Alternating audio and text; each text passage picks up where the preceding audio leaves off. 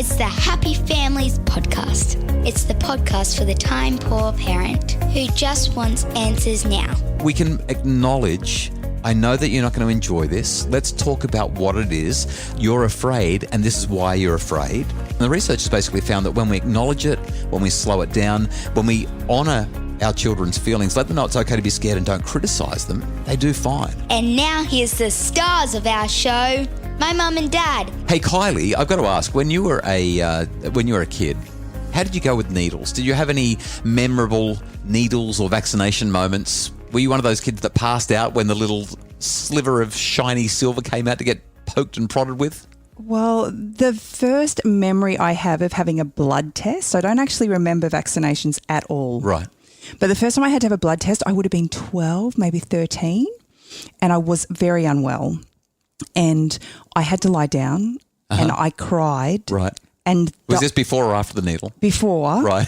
And the old lady who was taking my blood, she was really gruff and just told me to stop being a sook. Yeah. And got really upset at me. I missed the 1980s. And then I tried to get up off the bed and I fainted. Oh, really? Yes. You hit the deck? I did. And did she say, get up, stop being a sook? So it was a very traumatic experience for me. Yeah, you seem to do okay with needles nowadays. You've had plenty of them.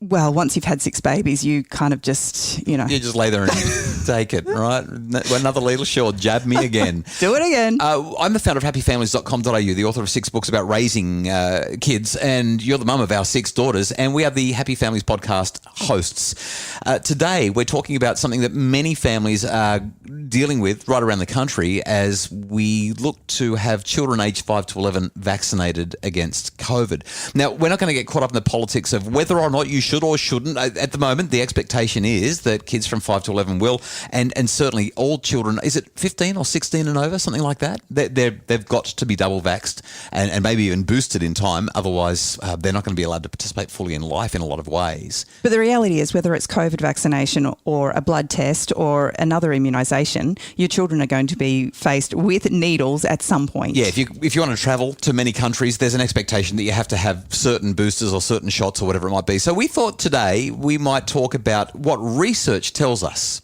about how best to help the children deal with getting a needle. And I think that we really need to get straight to the pointy end of this conversation. Is that right? Do you think that was a sharp comment? Let me inject some humour into the conversation. Okay, let's stop there. I've got a tip for you.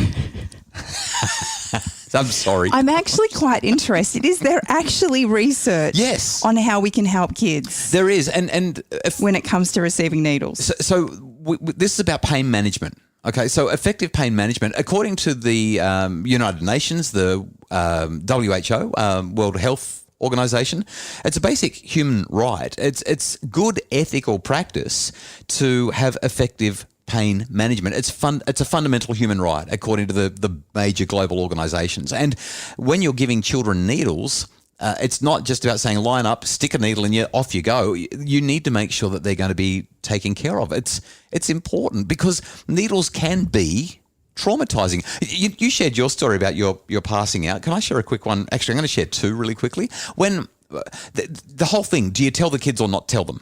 Like, okay, kids, we're going to get in the car and we're going to go. We've done both. Yeah. So my mum, when I was probably about 8, put me in the car and took me into Gosford, growing up on the New South Wales Central Coast, and said, we've got to go and see the doctor about something.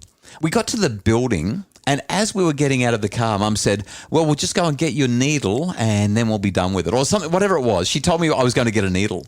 She literally had to pull me out of the car. I'm this 8-year-old and I was fighting for life. There was probably about big, like 10 metres wide concrete steps to the top of this building where everyone was walking in to get their vaccinations for whatever. And Mum literally was dragging me up the stairs. Oh. And I mean, I'm talking, she had one arm and I was, you see it every now and again in the shows. This kid trying to run away from the parents and they've got one arm, and I was not going to go in there. In the end, she got me in there and they gave me the needle, and I don't remember. The worst part was getting dragged up the stairs. I don't remember the needle. And I don't know, a year or 2 later, I remember, or maybe it was a year or 2 before, I went into the doctor's surgery, sitting in the surgery, and Mum said, well, it's time for the needle now. And the doctor had to drag me up from under his desk. Like I was on needle phobic. I'm not laughing at you, I promise. Needle phobic. So research tells us that we've got to manage this well because it can be pretty traumatizing. It's interesting because, like I said, we've done this a few different ways with our kids over the years. Yeah. And the most effective way that we have found to deal with this with our children is to literally sit them down and talk about it. Yeah. And I remember the first time we did that, I thought, this is not going to go well. How do you have a conversation with your 4-year-old about the fact that they're about to have some sharp, pointy thing stabbed in their arm and it's going to be okay? Yeah. And if you've got daughters, by the time they're teens, they're going to have done this, like the first 6 years particularly, but even through their teen years, there's a lot of needles to be given. She blew me away. Mm-hmm. I told her that it was going to be like a bee sting. She'd had a few of those already, so she knew what it was like. And I said, it really, really hurts when it first happens.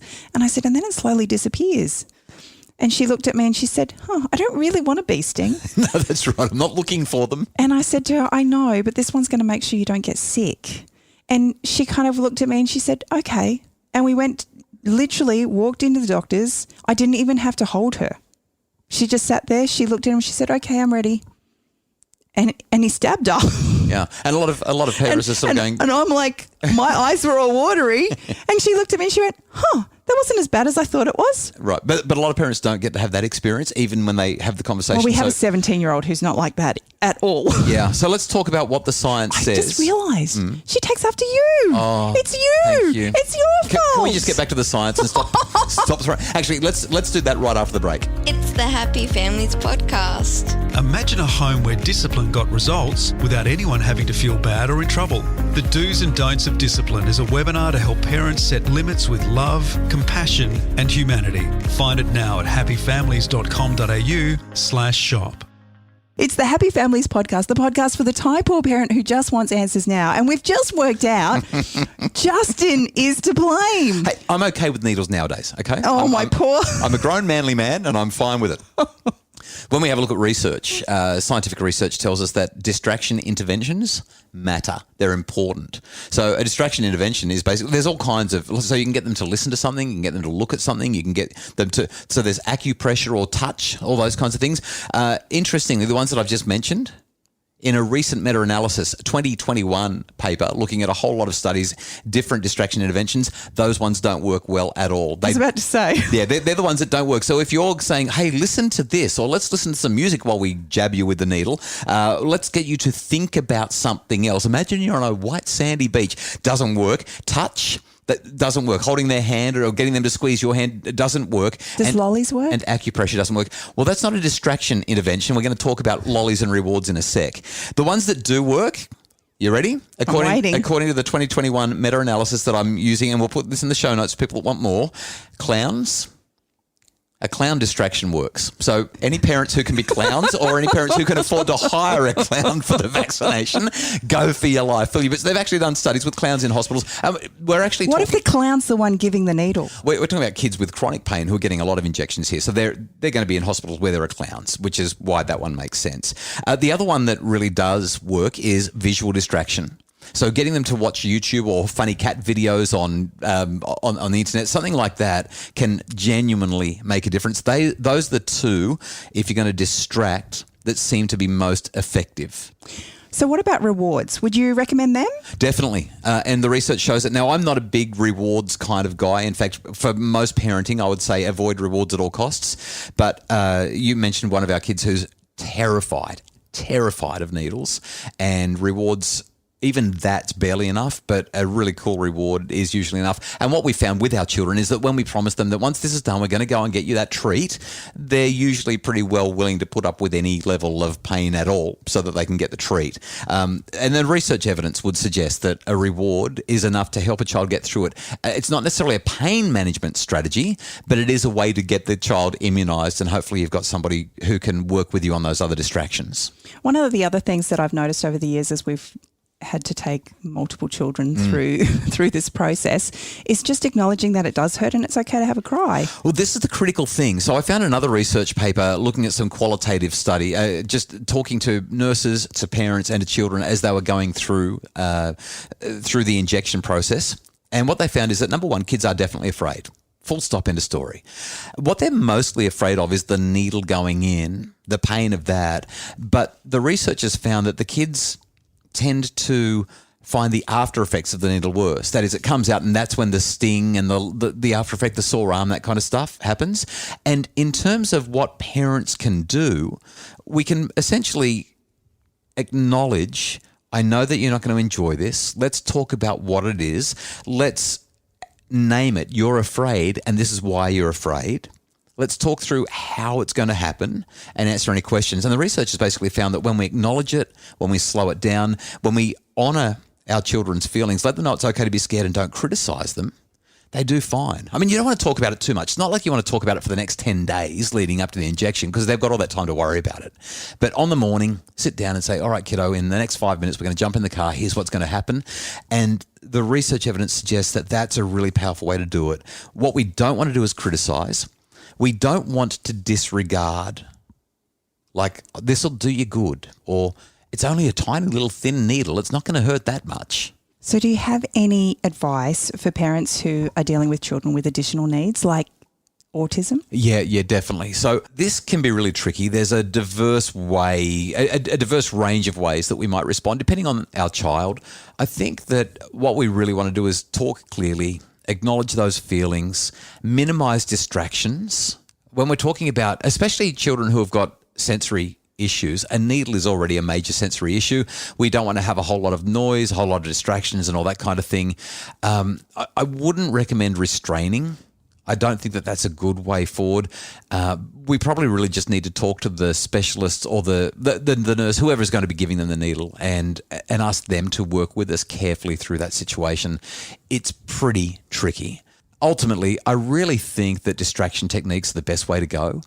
There was an article published just a couple of years ago in the journal Pain, and what it showed is that when children are highly distressed, and when we're giving lots and lots of what we would call coping, promoting verbalizations, that is, you'll be okay, it's going to be okay, you can manage, it's not that bad.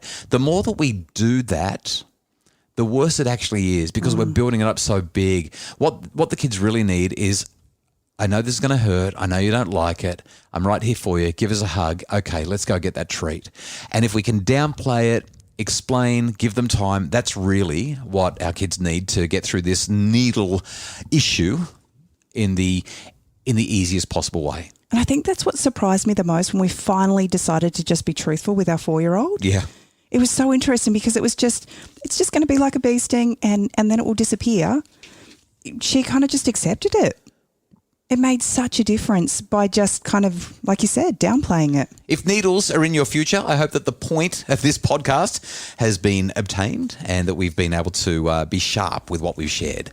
Did you see what I did there? Just end now, please. The Happy Families podcast is produced by Justin Rulon from Bridge Media. Craig Bruce is our executive producer.